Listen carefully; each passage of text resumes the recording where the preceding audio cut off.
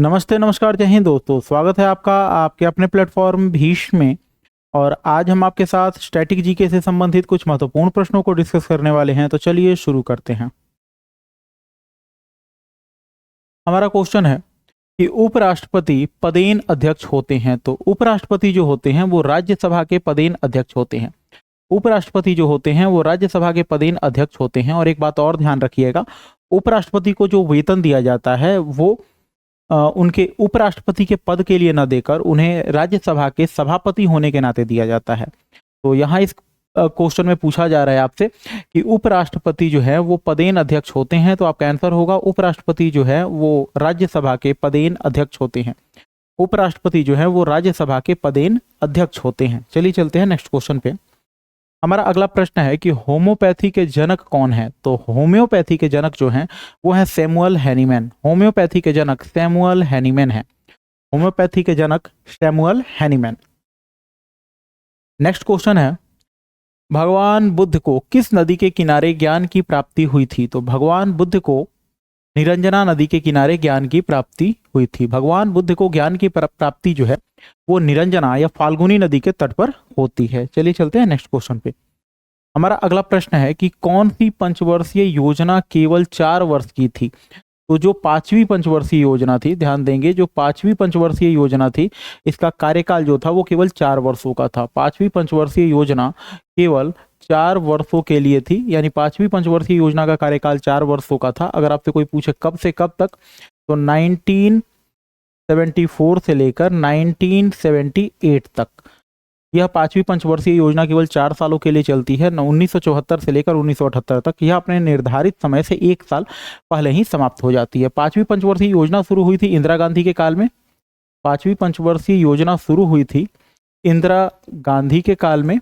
और इसी पंचवर्षीय योजना में यानी 5वीं पंचवर्षीय योजना के दौरान ही इंदिरा गांधी ने गरीबी हटाओ का नारा दिया था। बहुत ही इंपॉर्टेंट क्वेश्चन है, अक्सर एग्जामिनेशन में पूछ लिया जाता है, इसलिए इस फैक्ट को ध्यान देंगे। इंदिरा गांधी ने 5वीं पंचवर्षीय योजना के दौरान ही गरीबी हटाओ का नारा दिया था। गरीबी हटाओ का नारा जो है वो इंदिरा गांधी ने 5वीं पंचवर्षीय योजना के दौरान ही दिया था। चलिए चलते हैं नेक्स्ट क्वेश्चन पे। हमारा जो अगला प्रश्न है वो है कि स्वामी दयानंद सरस्वती का वास्तविक नाम क्या था। तो स्वामी दयानंद सरस्वती का वास्तविक नाम था मूल शंकर। स्वामी दयानंद सरस्वती का जो वास्तविक नाम था मूल शंकर। और स्वामी दयानंद सरस्वती ने ही 1875 में 1875 में आर्य समाज की स्थापना की। आर्य समाज, ध्यान देंगे, यह भी इंपॉर्टेंट फैक्ट है। स्वामी दयानंद सरस्वती का वास्तविक नाम मूल शंकर था। स्वामी दयानंद सरस्वती ने ही 1875 में यानी 1875 में आर्य समाज की स्थापना की। और स्वामी दयानंद सरस्वती ने एक बहुत ही प्रसिद्ध नारा भी दिया था जो कि एग्जामिनेशन में अक्सर पूछ लिया जाता है। वो नारा है वेदों की ओर लौटो। वेदों की ओर लौटो, यानी वेदों की ओर लौटो, ये नारा दिया था स्वामी दयानंद सरस्वती ने। और स्वामी दयानंद सरस्वती ने एकेश्वरवाद पर बल दिया था। स्वामी दयानंद सरस्वती ने एकेश्वरवाद पर बल दिया था और स्वामी दयानंद सरस्वती ने ही वेदों की ओर लौटो का नारा भी दिया था। चलिए चलते हैं नेक्स्ट क्वेश्चन पे। हमारा अगला प्रश्न है, लक्षद्वीप समूह में द्वीपों की संख्या कितनी है। तो लक्षद्वीप समूह में द्वीपों की कुल संख्या 36 है। लक्षद्वीप द्वीप समूह में जो द्वीपों की कुल संख्या है वो 36 यानी 36 द्वीप है। अगला प्रश्न देखते हैं। हमारा अगला प्रश्न है, अ सुटेबल बॉय के लेखक कौन है। तो पुस्तक अ सुटेबल बॉय के लेखक जो है वो विक्रम सेठ है।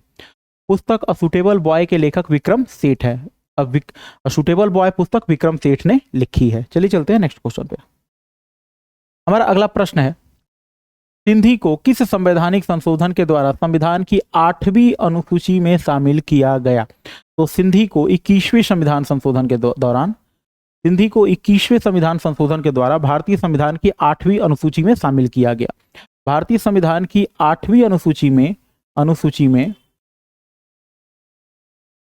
वर्तमान में कुल भाषाओं की संख्या 22 है।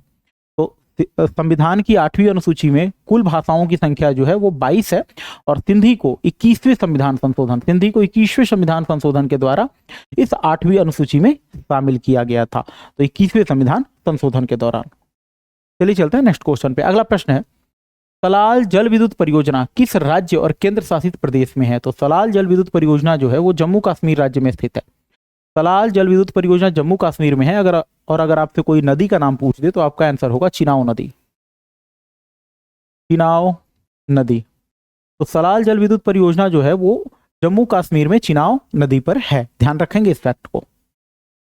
अगला प्रश्न है, संपत्ति का अधिकार संवैधानिक अधिकार है यह बताया गया है। तो संपत्ति का अधिकार जो है वो एक संवैधानिक अधिकार है और संपत्ति के अधिकार को एक संवैधानिक अधिकार बनाया गया अनुच्छेद 300 क के द्वारा। संपत्ति के अधिकार को एक संवैधानिक अधिकार बनाया गया है अनुच्छेद 300 क या 300 ए के द्वारा। संपत्ति के अधिकार को 44वां संविधान संशोधन 44वां संविधान संशोधन के द्वारा एक मूल अधिकार से निकालकर, मूल अधिकारों की श्रेणी से निकालकर एक कानूनी अधिकार बना दिया गया। तो अगर आपसे कोई पूछे कि संपत्ति के अधिकार को अनुच्छेद 300 क के रूप में कब प्रतिस्थापित किया गया, तो आपका आंसर होगा 44वां संविधान संशोधन के द्वारा। 44वां संविधान संशोधन के द्वारा। अगर आपसे ईयर पूछी जाए तो आपका आंसर होगा 1900। आपसे ईयर पूछी जाए तो आपका आंसर होगा 1978 में। 1978 में। तो संपत्ति के अधिकार को एक कानूनी अधिकार बनाया गया था 44वें संविधान संशोधन 1978 में। यहाँ यही पूछा जा रहा है कि संपत्ति का अधिकार जो है वो एक संवैधानिक अधिकार है, यह बताया गया है अनुच्छेद 300 क में। चलिए चलते हैं नेक्स्ट क्वेश्चन पे। हमारा अगला प्रश्न है, भिलाई इस्पात संयंत्र किसके सहयोग से बनाया गया? तो भिलाई इस्पात संयंत्र जो है ना वो रूस के सहयोग से बनाया गया। भिलाई इस्पात संयंत्र जो है वो रूस के सहयोग से बनाया गया दूसरे पंचवर्षीय योजनाओं के दौरान। दूसरा पंचवर्षीय योजना के दौरान। तो ध्यान रखेंगे जो भिलाई इस्पात संयंत्र है इसे रूस के सहयोग से दूसरी पंचवर्षीय योजना के दौरान बनाया गया था। अगला क्वेश्चन देखते हैं। अगला प्रश्न है, संजीवनी संस्थान कहाँ स्थित है? तो जो संजीवनी संस्थान है वो भोपाल में स्थित है। संजीवनी संस्थान मध्य प्रदेश के भोपाल में स्थित है। ये भोपाल कहाँ है? तो मध्य प्रदेश में। ध्यान देंगे, संजीवनी संस्थान मध्य प्रदेश के भोपाल में स्थित है। चलिए चलते हैं नेक्स्ट क्वेश्चन पे। हमारा अगला प्रश्न है, शिवाजी के राजनीतिक गुरु एवं संरक्षक कौन थे? तो शिवाजी के राजनीतिक गुरु और संरक्षक दादाजी कोंडदेव थे। शिवाजी के राजनीतिक गुरु और संरक्षक जो थे ना वो दादाजी कोंडदेव थे। ठीक है, नेक्स्ट क्वेश्चन पे चलते हैं। अगला प्रश्न है, विंध्य प्रदेश की राजधानी क्या थी? तो विंध्य प्रदेश की राजधानी जो थी वो रीवा थी। विंध्य प्रदेश की राजधानी क्या थी? तो विंध्य प्रदेश की राजधानी जो थी वो रीवा थी। रीवा। चलिए चलते हैं नेक्स्ट क्वेश्चन पे। अगला प्रश्न है, ब्रिटिश काल में मध्य प्रदेश को किस नाम से जाना जाता था? तो ब्रिटिश काल में मध्य प्रदेश को मध्य भारत के नाम से जाना जाता था। ब्रिटिश काल में मध्य प्रदेश को मध्य भारत के नाम से जाना जाता था। ध्यान देंगे इस क्वेश्चन पे। हमारा अगला प्रश्न है कि संयुक्त राष्ट्र पर्यावरण कार्यक्रम का मुख्यालय कहाँ है? तो संयुक्त राष्ट्र पर्यावरण कार्यक्रम का मुख्यालय जो है वो नैरोबी में है। संयुक्त राष्ट्र पर्यावरण कार्यक्रम का मुख्यालय जो है वो नैरोबी में स्थित है।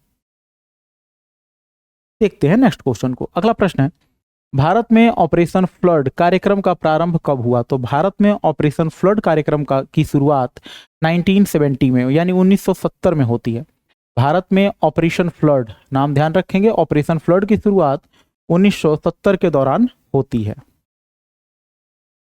देखते हैं नेक्स्ट क्वेश्चन को। अगला क्वेश्चन है, बगलिहार बांध किस नदी पर निर्मित किया गया है? तो बगलिहार बांध जो है ना वो चिनाव नदी पर स्थित है। बगलिहार बांध जो है वो चिनाव नदी पर स्थित है। अगला प्रश्न है, निम्नलिखित में से कौन सा म्यूचुअल फंड को विनियमित करता है? तो म्यूचुअल फंड को विनियमित करने का जो कार्य है वो सेबी के जिम्मे है, securities and exchange board of India. इसका पूर्ण रूप भी ध्यान रखेंगे, securities and exchange board of India, SEBI. तो म्यूचुअल फंड को विनियमित करना जो है वो सेबी का कार्य है। म्यूचुअल फंड को विनियमित करना किसका कार्य है? सेबी का कार्य है। अगला प्रश्न है कि मूल संविधान की संध सूची में 97 विषय थे। मूल संविधान की संध सूची में 97 विषय थे, अब उसकी संख्या कितनी है? तो मूल संविधान की संध सूची में शुरू में तो 97 विषय थे, लेकिन वर्तमान में मूल संविधान की संध सूची में विषयों की संख्या 100 है। वर्तमान में संविधान की संध सूची में विषयों की संख्या जो है वो 7 है। अगर आपसे पूछा जाए कि ये सूचियां कितनी तरह के ही हैं तो आपका आंसर होगा संघ सूची, समवर्ती सूची और राज्य सूची। ये सूचियां कितनी हैं जरा ध्यान देंगे सब पे। संघ सूची, समवर्ती सूची, समवर्ती सूची और राज्य सूची, राज्य सूची, सूची। और ये तीनों सूचियां संघ सूची, समवर्ती सूची और राज्य सूची जो है वो संविधान की 7वीं अनुसूची में है। 7वीं अनुसूची, 7वीं अनुसूची। तो ध्यान देंगे अगर आपसे कोई पूछे कि तीनों सूचियां संघ सूची, समवर्ती सूची और राज्य सूची भारतीय संविधान की किस अनुसूची में है तो आपका आंसर होगा 7वीं अनुसूची में इनका वर्णन किया गया है। जब संविधान बना था उस समय हमारे संघ सूची में विषयों की संख्या 97 थी, लेकिन वर्तमान में संघ सूची में विषयों की संख्या जो है वो 100 हो गई है। वर्तमान में संघ सूची में विषयों की संख्या 100 हो गई है।